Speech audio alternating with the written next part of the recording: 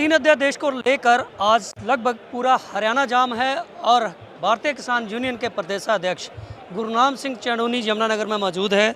गदौला toll पर हैं और इस वक्त क्या इनकी रणनीति है, किस चीज़ को लेकर इन्होंने आज पूरा जो हरियाणा जाम किया है, जानते हैं गुरनाम सिंह से। गुरनाम सिंह जी, आज पूरा हरियाणा जाम है, आप खुद गदौला टोल पर मौजूद हैं, क्या आपकी रणनीति आगे? देखिए, जो तीन अध्यादेश इन्होंने लाए हैं और उनका अभी कानून बनाने जा रहे हैं, ये एक गंभीर मुद्दा है, पूरा देश का मुद्दा है, केवल किसान तक ही सीमित नहीं है। ये इससे व्यापारी, मजदूर, आड़ती सब तबाह होंगे। आम जनता वर्सेस कारपोरेट, ये होगा। पूरे देश का जो खदान है वो कारपोरेट वाले खरीदेंगे, देश के चंद पूंजीपति खरीदेंगे और फिर पूरा देश उनसे लेके खाएगा। पूरा देश उनका ग्राहक होगा, वो कम से कम भाव पे खरीदेंगे और ज़्यादा से ज़्यादा भाव पे बेचेंगे, क्योंकि खाने की चीज़ तो खानी ही पड़ेगी, मोल लेनी ही पड़ेगी। प्याज 70 रुपये किलो, 80 रुपये किलो बिका तब भी लोगों ने खाया, दाल 200 रुपये किलो बेची तब भी लोगों ने खाई। तो ये ब्लैक करके भी लोगों को मारेंगे और सस्ता लेंगे, महंगा बेचेंगे।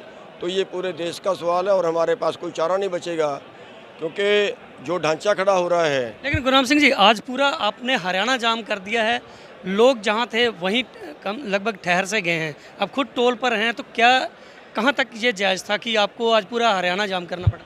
हम सरकार को संकेत देना चाहते हैं, सरकार को दिखाना चाहते हैं कि देश की जनता में, हरियाणा की जनता में कितना आक्रोश है। इस आक्रोश को पेश करना चाहते हैं सरकार के सामने, क्योंकि अंधी बोली सरकार है, वो पेश हमने किया है। आज सैकड़ों जगह पे जाम है, देश के हरियाणा के सारे राष्ट्रीय राजमार्ग और सारे स्टेट हाईवे पूरी तरह से आज जाम हैं। 3 घंटे के लिए जाम है और शांतिपूर्वक जाम है।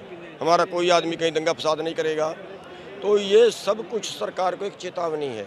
आप शांतिपूर्वक कह रहे हैं, लेकिन आपके जो कार्यकर्ता थे उन्होंने खुद कहा था कि इस बार झंडे में जो डंडा है वो मजबूत होगा।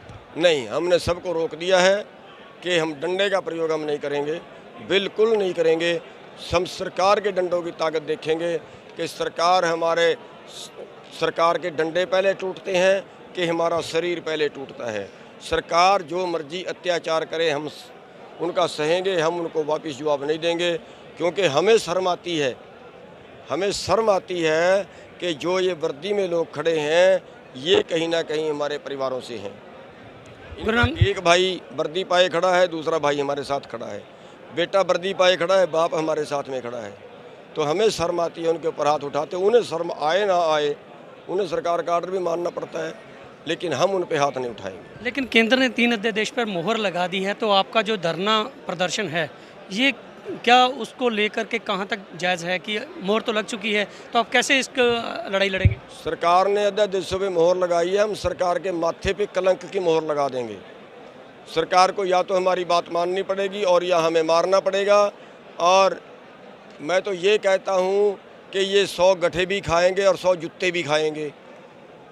ये सारा कुछ करेंगे और फिर वापस भी लेंगे। दिखाऊंगा आपको, इसी सरकार को दिखाऊंगा। ये सरकार या तो टूटेगी या इन कानूनों को वापस लेगी। ये होगी सरकार के साथ। मेरे पास अंदर की रिपोर्ट ये है, बीजेपी के MP भी नाराज हैं। हरसिमरत कौर भाग गई है ना, हरियाणा का एक MLA जो है उसने कह दिया है मैं तो किसानों के साथ खड़ूंगा आके। JJP का MLA उसने बोल दिया किसानों के साथ आंदोलन में खड़ूंगा। बगावत होगी और ये दुष्यंत को ही भागना पड़ेगा एक तो, वरना गाँव में घुसना मुश्किल हो जाएगा। इन MPओ का गाँव में घुसना मुश्किल हो जाएगा। ये राजनेता के लिए कोई कुछ नहीं होता। राजनेता को तो राज चाहिए और उस राज को पाने के लिए, लोगों की सिंपैथी लेने के लिए इनको मानना पड़ेगा, दोबारा जनता के बीच आना पड़ेगा।